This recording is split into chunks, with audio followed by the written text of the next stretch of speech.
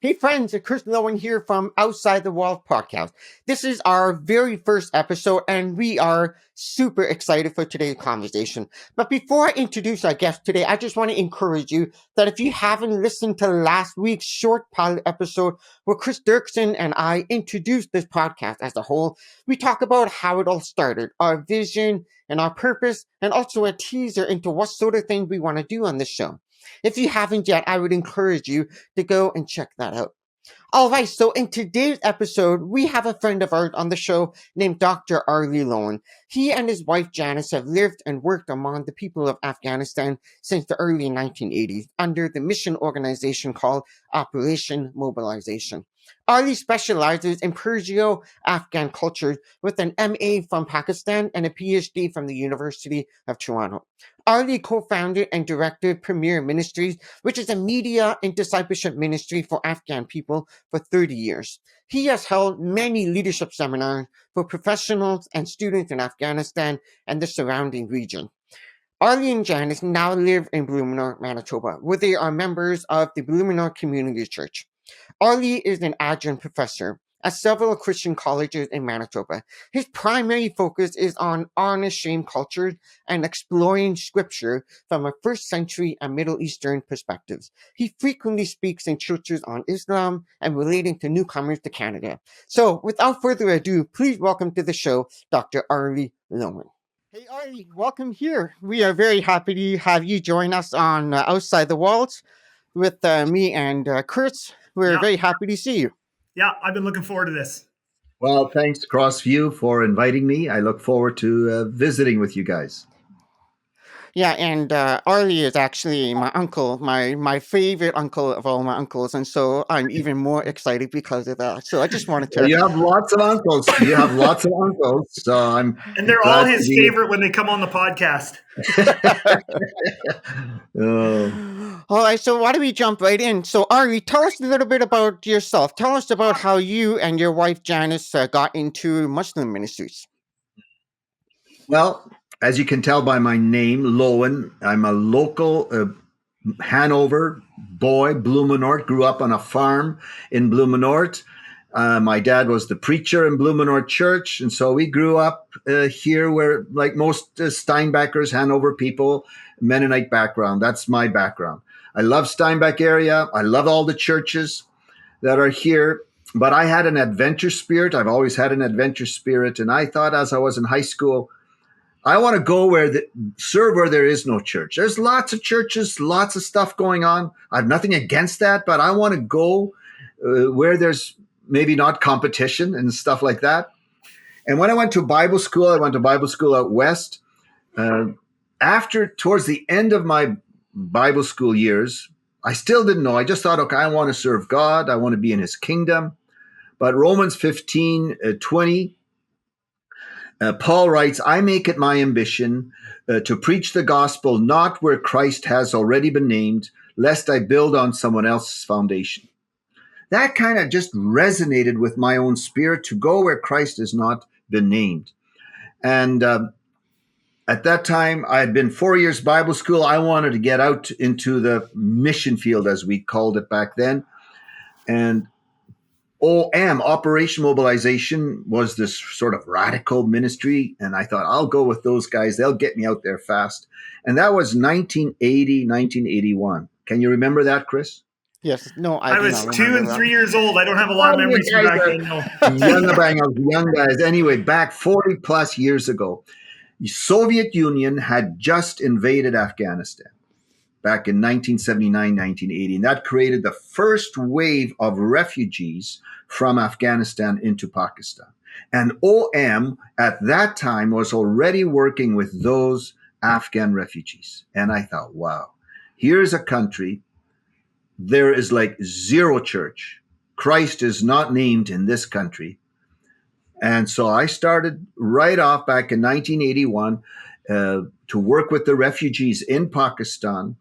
And that's been the rest of my life. In 40 years, I sometimes say, Arley Afghanistan Loewen. That's my second name. Even though I'm a local Mennonite boy, Afghanistan has sort of become my second world, my second group of people that I work with. And Janice, my wife, she came, joined OM a year later from the States side, and we met in Pakistan. Okay. And we've been working with the Afghan people, of course, in many, many different ways, but lived over there, lived in Pakistan, lived in Afghanistan, Toronto, and now we're here, but it's like 90% Afghan people.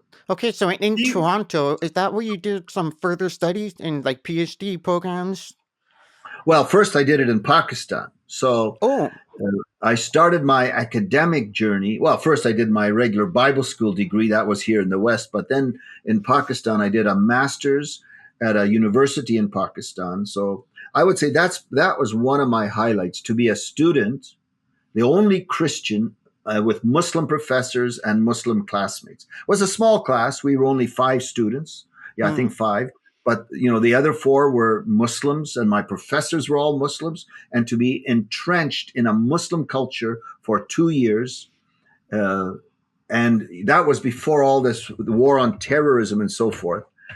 To experience respect from my professors, from my classmates, and you had different professors. You had devout or almost fundamentalist Muslim professors. You had intellectuals, you had liberals, a variety of different professors. I remember one professor, he said, I would never evangelize others to become Muslim.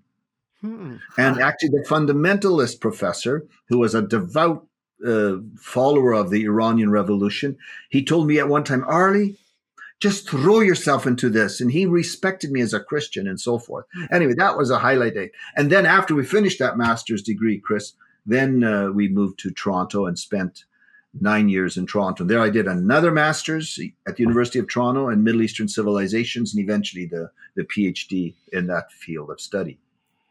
Now, Arley, can you, this is it's such a fascinating journey. And I think the people listening to this podcast will be fascinated. I know I am.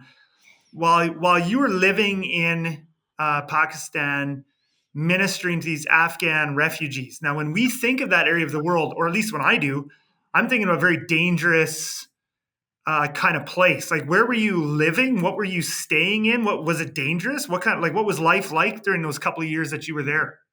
Well, it's more than a couple of years. So we were in Pakistan probably all together maybe 10 years. And then in Afghanistan, 4 full years. And then I've traveled into Afghanistan many, many times, right up to COVID. And now it's all changed. So Pakistan, first of all, is a large, huge country of a massive populace. And you've got civil society there. Sure, it's a mess. The government's a mess. But you've got a Christian minority in Pakistan. So you have a church that functions openly. And so we were part of a church, but you work with Muslims. Pakistan, I would not consider it from my world to be necessarily a dangerous country, though just this last 4 days ago, there was another bomb, a suicide bomber, and you know who they target? They target Muslims. Well, they also target Christians. It's a mess, true. But, let's say right now, if we had a huge explosion in Winnipeg, what would people in Pakistan think of Canada? What would we do tomorrow? We'd go on with our lives tomorrow. We'd go shopping at Walmart, even though there was this massive explosion. That's how I explain the violence. It's not everywhere. And we were just in Pakistan just before Christmas. We were there for a month, and you just live among the people and you visit. There's no like, you as a white person, do they know you're a missionary when you're there, or are you kind of like, well, they know I'm a Christian. And so one perception that Muslims have of Western people is that we are Christians. Like, everybody's a Christian. They just assume you are a Christian. That's your religion. And so if I wear my religion on my sleeve, that makes even more sense. Muslims are God conscious people. And so here's a Christian that's not a secular Christian, actually believes in God. A Christian actually talks about God. And that you actually hear of people, oh, you're a Christian and you believe in God. So that's a misconception that some Muslims over there have of Christianity. That's just the secular West. Now, Afghanistan was a different story. that gradually has unraveled, right after 9/11 and the new regime that happened in 2001, 2002. For a while, we moved in, it was rubble. It was just destruction all over. But life just started to flourish, and there was reconstruction, and there were hundreds, if not thousands, of foreigners in Afghanistan, part of the NGO network. And so one group of NGO people are the volunteers, those that love God. Now, call them missionaries, call them Christian workers. They're there for the sake of, in the name of God. And maybe the Afghans think that you're there getting big money, but they love it. They loved it that we were there to help them develop their country. Now, that gradually unraveled in the last 20 years, and that's another story of the tragedy of Afghanistan. But living in a Muslim culture has its issues, especially for women. Countries like Turkey and Lebanon, that would be a lot easier, a lot more open and liberal. But so women are much more oppressed. They have to be covered and so forth. And especially in Afghanistan, really covered. So that's a challenge for my wife and for my daughters. So that's not easy for them. But for me as a man, it's easy to be out in public. So does your wife Janice? Sorry to Janice. I'm just always curious about this stuff. Does she have to cover her face and stuff when she's in Okay, Afghanistan? she covers her head covering. Got it. So Muslims would talk about the hijab. That's the head covering. And then the niqab is the covering that covers up to just the eyes are seen. That's the niqab. And some very fundamentalist Muslims advocate for the niqab. And then the full covering, that's what we call the burqa. That's a cultural thing from conservative Pashtuns. That would not be Islamic, though that now gets co-opted with each other.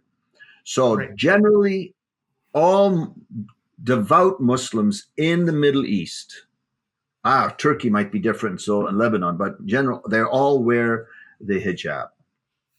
Which is just the head, not the face. Those are two That's separate right. things. And there's different types of hijabs, very lovely scarves or the dark black ones where no hair is shown. Janice should be sharing this instead of me. But yeah, she goes out, she will not walk outside without the scarf. Now, do you have any? And then I'll let we have a bunch of other questions we want to ask you too. But do you have any just like stories from when you were ministering to? Any stories that just stick out to you? When you were in Pakistan or Afghanistan, ministering to Afghanis. Maybe scary stuff you went through that God delivered you from, or miraculous, or just mundane. Anything that you would like to share that sticks out to you? April 10th, 1988. It's called Black Sunday. So I was in the university in Pakistan, and the university was quite close, we didn't know, to an ammunition depot. It was in the middle of the city, can you imagine? And that ammunition depot blew up. And for 2 hours, missiles just were shooting all over like a fountain, just slamming right into the building that we were trying to hide behind. And I thought for sure I'm going to die this day. And the reason we weren't killed is that these missiles that were flying all over the place landed just 20 feet or 30 feet, 10 feet around us, is that they were not detonated. So each missile has two shooting components or fire components. And so they shoot off, but they don't, at impact, they didn't explode. If they would have exploded, I would not be here today. So that was probably the scariest day of my life.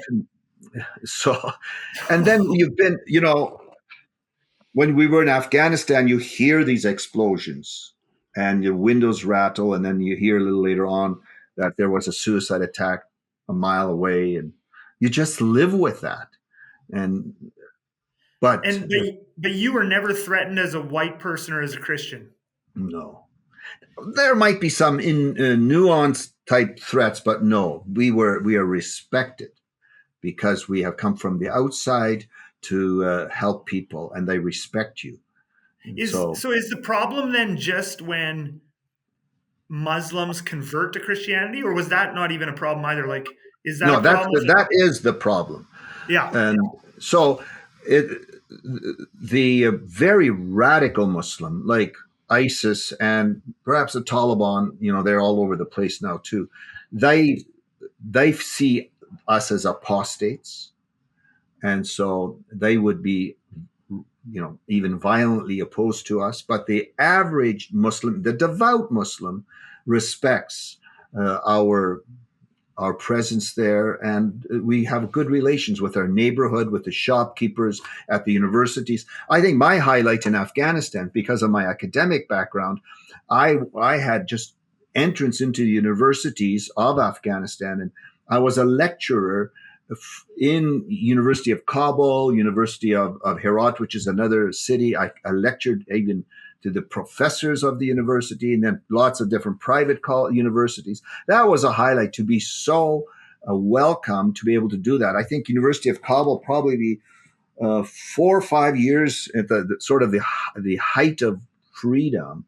I had the permission to have 5 days of afternoon lectures on what we call leadership and character. And so I would have 200, 250 university students in the main auditorium, and just one, maybe a professor sitting there on the side, half asleep, listening. But I just lectured on things like responsibility, integrity, care for people, and so forth. And, of course, it's kind of a highlight. Here's a Westerner speaking their language, knowing their literature and their poetry and so forth and so on. That intrigued them. But that was truly a highlight. And for Janice, she was very much involved in teaching in homes. She would go into homes and teach Bible in different homes, who people that asked us to come. So it's just so sad that so much has unraveled since then. It's a tragic story, really. So what? And then I have to stop because Chris has a great question that I want us to get to too. But I just, am I hearing you right if I say this? If I sum this up this way? Because I know for a lot of my life, I was under the impression that all Muslims, or at least a large majority of them, were very anti-Christian, foreigners. What I'm hearing you say, and you are right in sort of the core of very Muslim world. Afghanistan, Pakistan.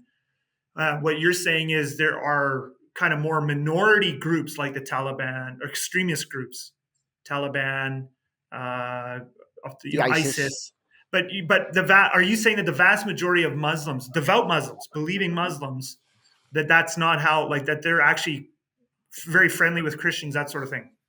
Well, yes and no. It's, we can generalize one way and also generalize the other way. And how they relate to Christians is perhaps different than how they relate to, for example, American politics and American foreign policy. Yes. And sometimes that's almost comes together, because very often Christians are identified with American foreign policy. And by and large, I would say Muslims, but again, there's different, Muslims are all over the page too with American foreign policy, but that's has such a big imprint in the Middle East, and especially in Afghanistan. So some blame America for the whole problem. And so then are Christians to blame? So that's a political side. And does that mix with Christianity? And so I try to become apolitical when I'm around the Afghans, if that's possible. So yeah, in general, you're right. Muslims are not here to kill Christians.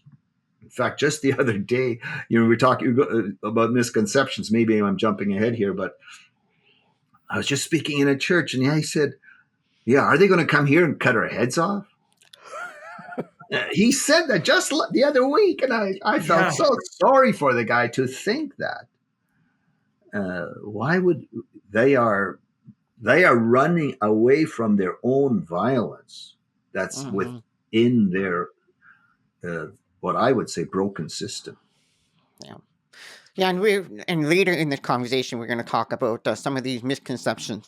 But before we get there, just a couple more questions. So, Arlie, now you've been living here in Canada for several years. So, what is it that you're doing from Canada? Maybe tell us a bit about your day-to-day activities here.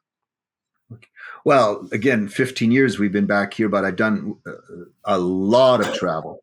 So I would go back to Afghanistan every year, sometimes twice a year, to lecture in universities, government institutions, even at ministry level, and with professionals, business people on leadership and management, well, more on what I would call character based leadership.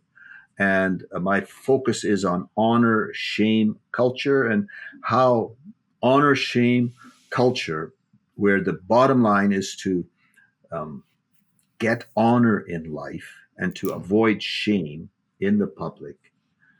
How does that relate to modern leadership and management responsibilities? And they often clash, but how can you build on honor and shame to become an honorable leader? So that's an area that I've worked a lot on, I've taught a lot on, and I've written on, and I continue to do that. At the same time, I'm very involved with believers, with followers of Jesus from Afghanistan, and we do a lot of teaching and discipling around the world, especially among the refugee and migrant community in Europe and in the Middle East, in Greece, in Germany. So we've done a lot of teaching, and we continue to do that, Janice and myself. Then I've also been leading quite a large media and discipleship project where I've just transitioned out of that leadership last October. And so I was very focused on this project, and that required a lot of management, which was media and discipleship for Afghanistan. So, and now with the phone, so you're on WhatsApp with Afghans around the world, and in just consulting, I consider myself now a minister at large among the Afghan community in different areas. And then, the refugee crisis just continues to grow. And so we've been involved in refugee work as well, advocacy for refugees, and so on. So I try to By the write. way, Sorry. how big is that refugee crisis? Well, Like what are we talking here in terms of numbers, and where are they going? Like that sort of stuff. first, we're talking about 5 to 6 different waves of refugees from Afghanistan since that first wave back in 1980-81. And so you still have Afghans from that first wave, refugees from that first wave in Pakistan. But then you've had wave after wave of refugees. And I could go into detail historically what created these waves. And so this last wave, now when the Taliban took over Afghanistan in August 2021, that wave was not as large as we expected it because the Taliban closed the borders. And so they couldn't leave. Now they did leave. And so that was also not just, so a refugee is one who flees the country, and an evacuee is one who is taken out of the country. So in this last wave, you not only had refugees that fled the country, you also had this evacuation event, which was chaotic. And we saw pictures of that. And that continued for probably 6 months. And actually, there's still some that are working on evacuation. I mean, many are desperate to leave. And that's another story. And so what are you talking about, Chris? All these different waves, and then you have refugees that are claiming political asylum in Europe. So there you're talking tens of thousands from Finland to Sweden to Greece to Albania and everywhere. And then you have them in Turkey, in the near regions, Pakistan and India and Tajikistan. Afghans are just scattered around the world. Just yesterday, we visited an Afghan couple who spent 7 years stranded in Indonesia. And they just got here to Canada from 30 degrees above zero day and night to suddenly they hit 30 below zero. And so they just got here a few days ago. So they're a scattered people, plus, 35 million inside the country. So I'm very curious. So I would never have imagined Afghan refugees coming from Indonesia. So in these different countries, what are the living conditions like? Are they able to work? Are they living in tents? Like what does this look like? Well, basically, no, they don't live in tents. That was sort of the uh, stereotype of the first wave of refugees into Pakistan, and maybe that's the stereotype we also have of refugees in Somalia, coming out of Somalia into Ethiopia and Kenya and so forth. By and large, at least the refugees that we connect with. No, also I would say in the island of Lesbos in Greece, yeah, I mean the refugees are all over the place, but in many places they settle in cities and they try to rent flats. And the problem of these places, like in Pakistan and India, Tajikistan, uh, Turkey, Indonesia, see, these are what we would call warm or hot cultures, like the Afghan culture. It would be great if they could stay there because that those cultures are like they are, but they cannot get legal status there, so they cannot work legally there.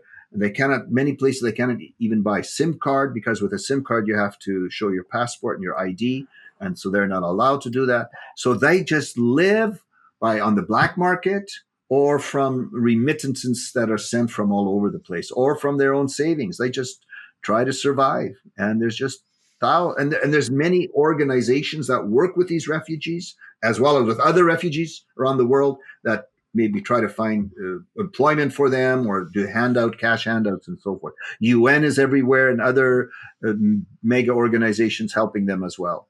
60 million refugees in the world today, and the majority are Muslims, and a large group are from Afghanistan. That's so fascinating. Wow. So what we want to do now is maybe shift gears a little bit in our conversation here. We want to talk a little bit about misconceptions that we have, and maybe just to start out with, we have this. There's a lot of fear out there of Muslims, and it's unhealthy, and it comes from a place of wrong perceptions and unhealthy ideas. So can you speak to maybe this fear and maybe where it comes from? What are things that we can do to change this? I would like to look at it in a couple of ways. First of all, part of the fear is real. Islamic terrorism is a reality. It's not just media hype. It is a media, but it is there. And, there's been hundreds, if not thousands, of actual Islamic terrorist attacks that are done in the name of Islam. Now, and the people getting killed, by far the most people that are killed through Islamic terrorism are Muslims themselves. Hmm. Now, there's a theological reason why the fundamentalists or the radicals kill Muslims. They first declare them as non-Muslims, and hence then they are um, eligible for killing. So that's their own sort of theological legitimacy. So that is real. And like I just said, in Peshawar, Pakistan, 4 days ago, they detonated. There was a suicide attack at a mosque, and over 100, mostly police officers who were saying their Islamic prayers, were killed. Another 200 were injured. Now, Hmm. but most Muslims that are here, I would, let's say 99% of Muslims that are here in the West, well, they've come for whatever reasons, but many will have fled the violence from their own countries, like from Syria and in Afghanistan, and even the violence in Pakistan. And so some of this violence is not just terrorism, but it's also ethnic strife, the Shiite Sunni issue. And so that's a reality. And it's a reality. We've had that history in our Christian heritage, the Catholic Protestant Yeah. wars in Europe. Were they Christian or weren't they? But they were Christians that killed each other. So we have that own background as well. But I think that the big problem is we tend to generalize so much when we hear one story. And here's the danger of the one story. And having lived in Pakistan and in Afghanistan, you begin to see there's so many stories out there. The stories of your neighbors, and the story of the universities, and the story of the shopkeeper and the taxi driver. So they all have varied stories. And so you begin to realize that these are just people like we all are. We eat and we sleep and we need a job and so forth. So I think a way to overcome the fear, the what I would call the excessive fear, like the guy who said the other day, yeah, they come, is to listen to Muslims, to hear from them, hear their stories and their narratives. Now, I don't agree with all their narratives. And I have an issue with some of their narratives. For example, many Muslims will actually reject Islamic jihad, that it's not part of Islam. Well, that's just not true. It is part of Islamic theology. But you need to find a good answer. We have to also, we have the violence in the Old Testament. How do we deal with it? And we can't reject it. We have to respond to it. We have to give an answer. And that is my challenge to them, to give an answer to the jihad that we see in the Quran and in history, even to this day. Another narrative they have, when I say they, many would have, is that America, with its foreign policy, controls or directs Islamic jihad for its own interests. That's sort of a political conspiracy story. And you just listen to that. And if you want to respond, here's an example. So some years ago, I was doing a seminar to imams. Can you imagine? Imams, the key imams of the city in Western Afghanistan. And those would be like pastors, sort of? Yeah, Pastor Chris, except you wouldn't fit because you don't have a nice beard. You need to have a beard. So these were guys. I can't grow a nice beard. Well, I tell you. So I did a seminar on teaching them how to be nice imams, I guess. I don't know if we were doing a good thing or not, but I was afraid of them and they were afraid of me, but we respected each other. And we had about two days of 2-3 hours each day on again, these honor, shame, and leadership issues, responsibility and caring and so forth. Anyway, at the end, one of the leading imams came to me and he said, when you go back to Canada and you speak to your people, tell them we are not like they are. And that was just during the height of crisis, 6-7 years ago. So we are not like the ISIS people are. And then I just said to him, I said, Mr. Imam, we Canadians have a problem. Those ISIS people speak more about Muhammad, the prophet, than you do. And they quote the Quran more than you do. And they had been over those 2 days, had really been, evangelizing me a lot, trying to, they shared their stories from the Quran and the prophet, and I let them share. And then I said, so what should we think about them? Because they speak the Islamic talk. And then his response was, well, they're agents.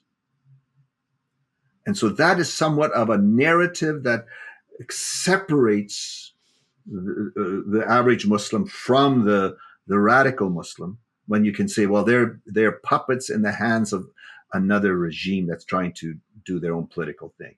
And well, I don't accept that, but I don't necessarily try to go into political discussion on that.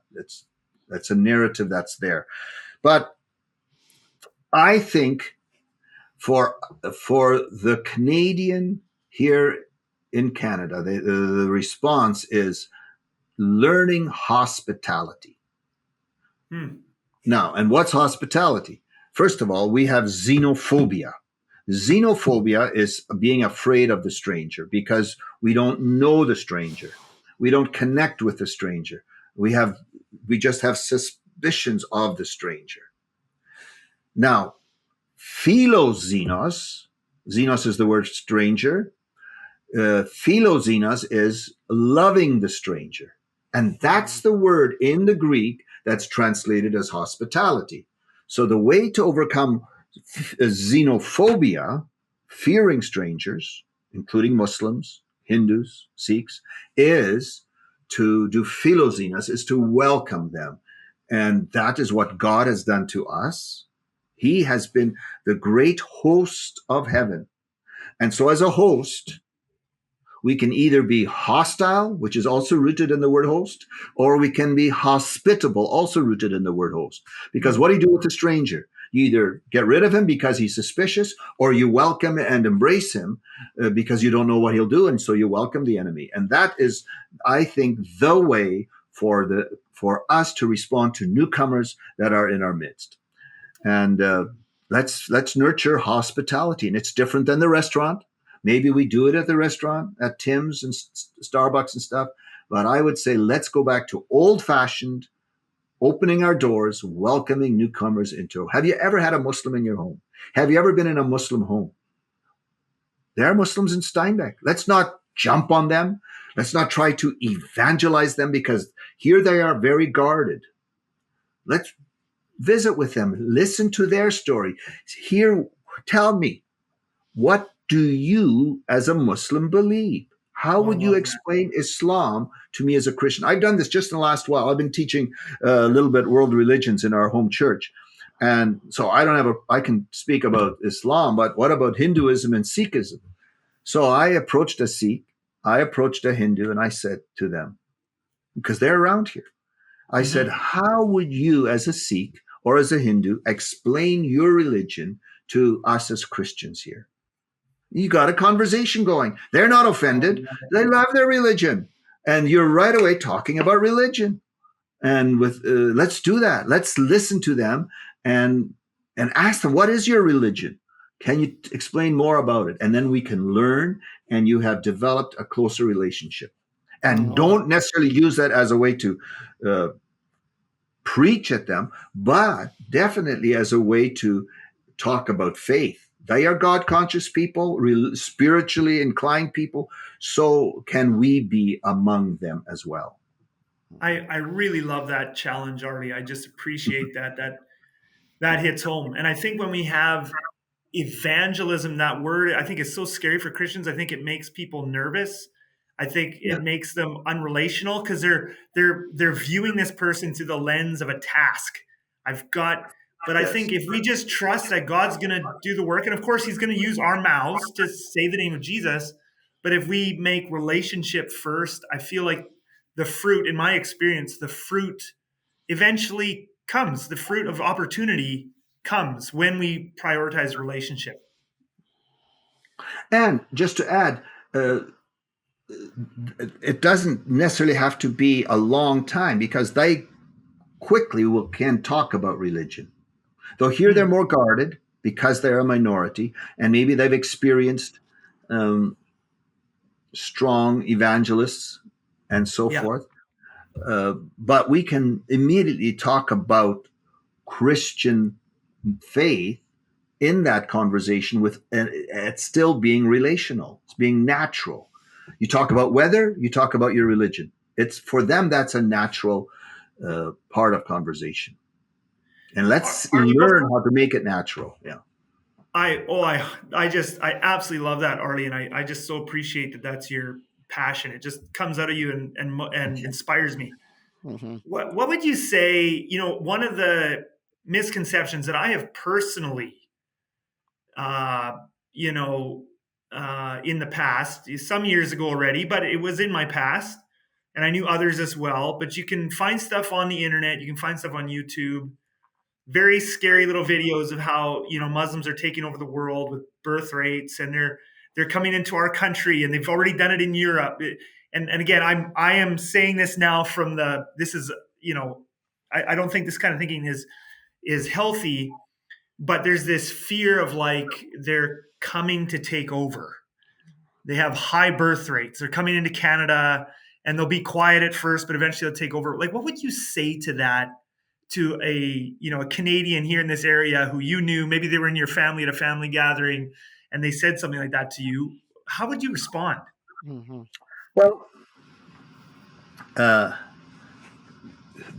have different responses. First of all, it's true, when they are a minority, when Muslims are a minority, they might want they will want their rights to practice their culture among themselves.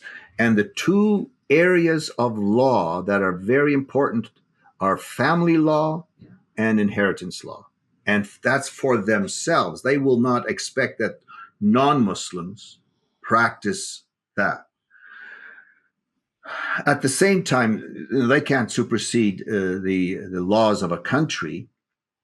I do think there is a strange sort of a love affair between the political left and Muslims here in the West, which is strange. And I think they are just using each other for their own interests, because we Christians are very concerned, let's say, on family values, gender issues, sexual morality. Those are the same things Muslims and Hindus and Sikhs are concerned about. Can we not come together in this? Actually, I've heard that in Toronto they do, uh, where there's a high majority of Muslims in a school. They will take their stand about some of the curriculum that's being taught because they believe in strong family and gender clarity and so forth. So, what's the percentage of Muslims in Canada? Do you know? Mm-mm. What do you think it is? I don't know, 1% maybe. I don't know. Yeah, it's between 1% and 2%. Okay. And the birth rate by second generation in Muslims coming to the West usually becomes the same as most everyone. Now, it is interesting, though, when many Muslims come here for the sake of identity, they might actually become more devout here in the West. That happens. On the other hand, you also have a large percentage of Muslims that are cultural Muslims. You have atheist Muslims, agnostic Muslims. We just had friends here at lunch today from Turkey, and they talked about the flourishing atheist community in Turkey. So Muslims are all over the map themselves. I don't see here in the West, and maybe just my little perspective, that there's a political conspiracy to take over. There is definitely efforts that they want to have, their practice their religion, have their mosques, and make a good presentation of that mosque. I've been to their mosque and talked with them, and I think that we need to visit their mosques and invite them to visit our churches, because there's another misconception. What many Muslims think about what's going on in our churches. We got to clarify that as well. And What do Muslims, that interests me. What misconceptions would Muslims have about what we do in church? again, when you say Muslim, do we mean the 1.5 billion people all have the same misconception? But Right. very often, the imams just preach, just like we might preach about the Muslims. They'll preach about the Christians. Oh yeah, they drink wine, and then they have their music, and then they have their dances in the church. And and in one sense, it's the old misconception that the Roman Empire had of the Christians, of their Yeah. orgies within the church because of communion, and that story. And so, I hear this from Iranians. Then they come to church, and then they see this worship, and it's a sacred atmosphere, and it overwhelms them. Sometimes it's almost laughable when they see all this singing going on. But again and again, they come to a church service and it overwhelms them. Now, sometimes I think we do our worship over the top, and I'd be embarrassed to invite a conservative Muslim into the church because of what we do up front there. It's kind of bizarre. But that is one misconception, that our church service is seen as an immoral event. Yes. Can you By believe it? some. By By some. some. That's right. By By some. some. Yeah. Yeah. Wow, that's fascinating. So, and I guess, and I kind of think I know what the answer to this is, but probably a lot of our listeners would be interested too. So I'm assuming in a Muslim service, well, do they even have like the idea of a church service? Do they do that? Do they sing? They have the Friday prayers. So first of all, you have 5 prayers a day. Now, we sometimes have this misconception that 1.5 billion Muslims say 5 prayers, maybe 40%, 50%, I don't know. But then on Friday, you have the Friday prayers, and then they come together. And so the prayers are in Arabic, and you just say your prayers. There's a certain ritual that you go through. You can go Google it and they'll teach you how to do that. And it's very ritualistic, very precise how to do that. But then on Friday, then you'll have a sermon. And yeah, I went to here on Waverly in Winnipeg. I've been to that mosque on a Friday. And so he preached on the prophet Job and on the patience of Job. And, it's in the Quran. There are many similarities of the prophets that are in the Quran that have their that resonate with the stories of the prophets in the scriptures. So they'll preach on the prophets. They'll preach. It was an interesting thing. They were also speaking about tithing there because they have alms is one of the What? alms is one of the pillars of duties. And so how much do you give? And it's 2% of what you own, not from sort of our thinking would be 10% of what we earn. It's 2% of what you own. But then the question is, what do you own? And so, especially here in the West, you have all this discussion. We have anyway. I noticed that when I was in the mosque over there. But we had a great 2%. I should become a Muslim. No, just kidding. No, but if it's 2% of what you own, it's different than what you earn. Oh, So yeah, what, that's true. I know. Yeah. Oh, yeah. I guess with a house. Oh, boy. Yeah, that could get big in a hurry. So how? I don't know how that all works out, and I need to study that more. Yeah. But there are different rules and regulations of how to calculate what you own. Yeah. What the 2%. And so anyway, we can not get too focused on that one. But they don't sing though, do they? Like at their Friday prayers? No. No. There is basically the sermon, the prayers, and then a sermon. No. There's no singing at all.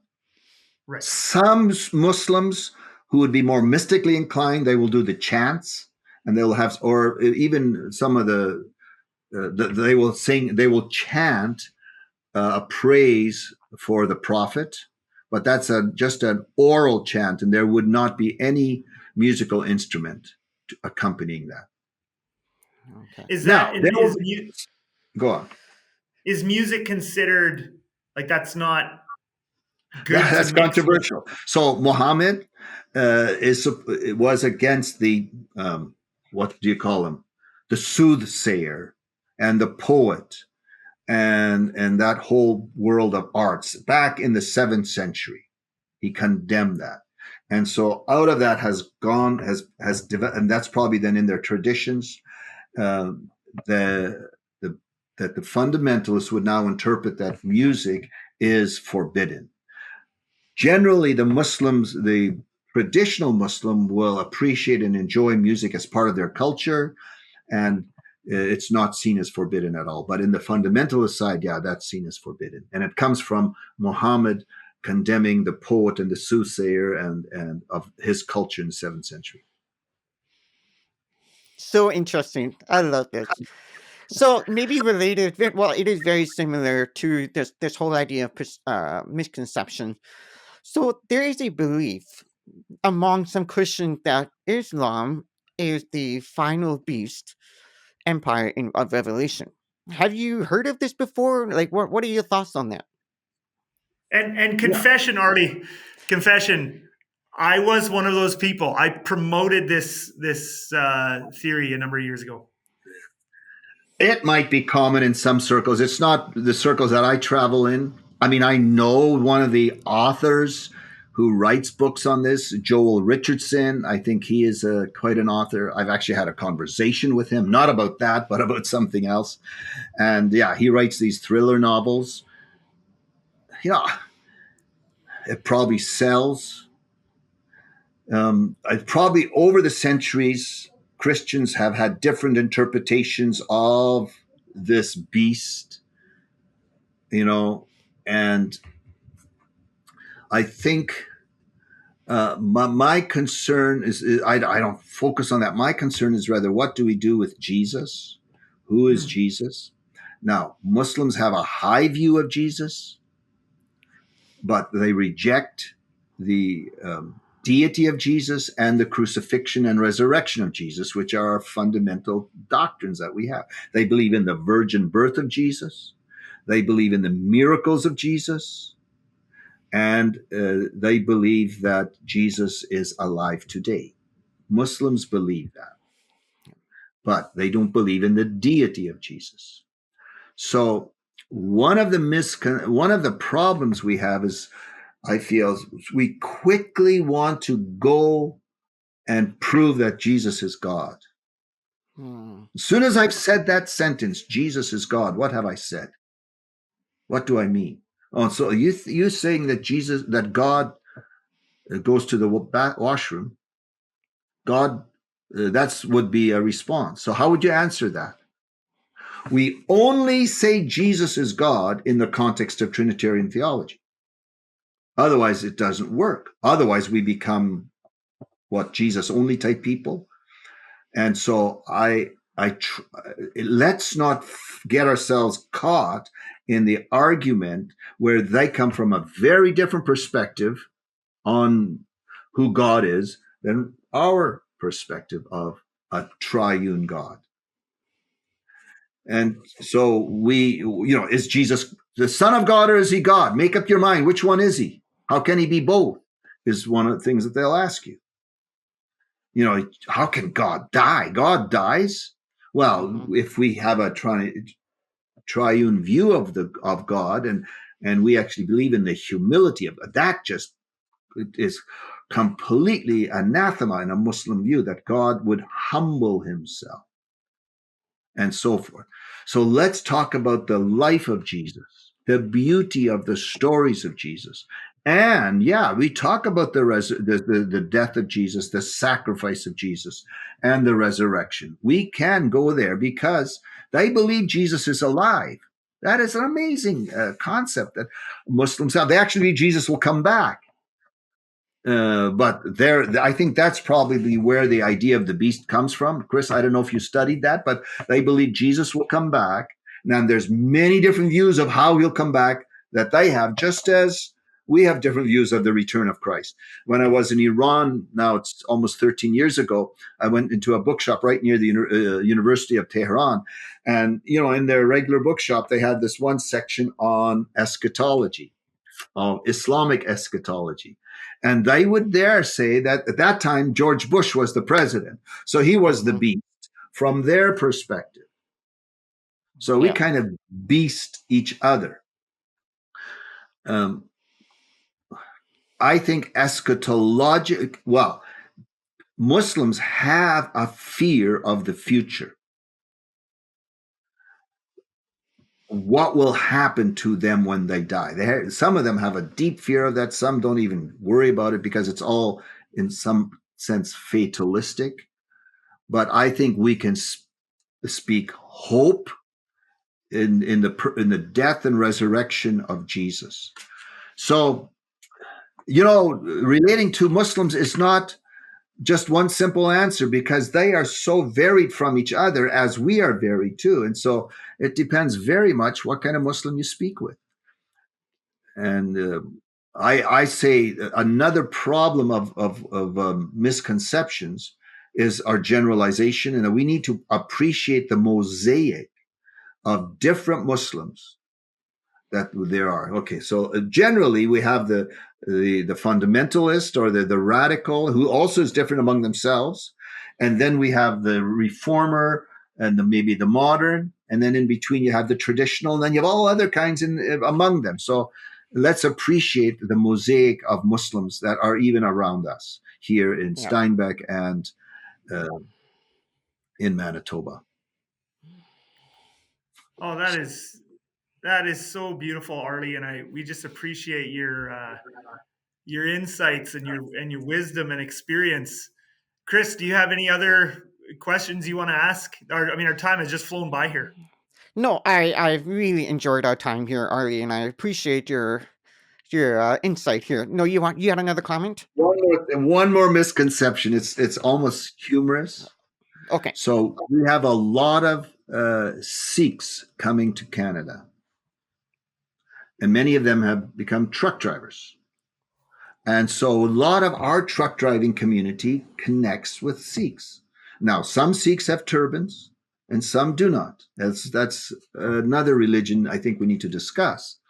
But a misconception is that Sikhs are Muslims, which I often hear. because of that turban. They come from India, from the Punjab of India. Sikhs are their own religion, have come out of Hindu religion. They believe in one God, and they have many rituals that they need to practice and so forth. And so that we need to respect people. I've just written an article saying they're not all the same. Sometimes we say, oh, these newcomers, it's all the same. They are not all the same. We need to respect their differences, their religions, their countries, their cultures from each other. And I think that's also another place where we should start with. I'll send you that article. They're not all the same. I'll send it to you, and if you want to distribute it, you can. I look forward to reading it. I think, I mean, if we think of the diversity of the churches just in Steinbach, and how some of us are closer to each other than others, but some are, quite far apart on a number of things in the way they view the world and the way they view politics, where things are headed, the future, all kinds of things.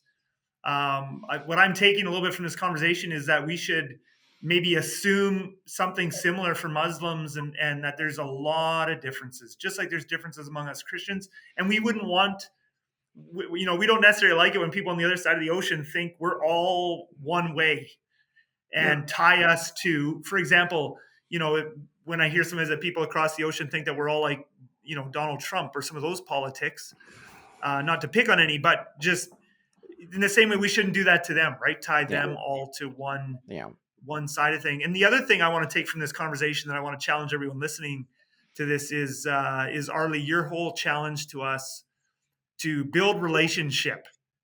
Instead of thinking of evangelism, let evangelism happen.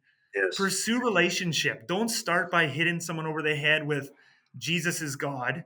Start with asking them questions, and then bring Jesus and his life and the things that he did as time goes by. Would that kind of sum up some of your passions there? Well, thank you for letting me share. In one sense, it's become easier for us because we get to work with Muslims who have become followers of Jesus. And so I that's basically what I do nowadays. And that's sort of easy. So they have they've entered the room, so to speak. I use the metaphor of our room and the other room. And, then there's a big wall between these two rooms. And we need to learn to get into that other room and learn to get those into our room. I use that metaphor. But it's just a privilege to work with, to disciple and teach, come alongside, consult with the people who have now become believers, first generation Christians, just like the New Testament. That's the people we get to work with, and that's the privilege we have. Well, thanks for joining us, Arley. It's been absolutely a pleasure, and I look forward to more conversations with you in the future. All right, thank you for checking us out. We hope you enjoyed the conversation and that you come back in a couple of weeks. We have some amazing conversation coming up in the next couple of weeks. So again, please help us out by liking, subscribing, and sharing this podcast as future episodes come out. If you have any questions about anything that has been said in these episodes, please let us know at outsidethewalls@crossviewchurch.ca. Thank you, and we'll see you soon.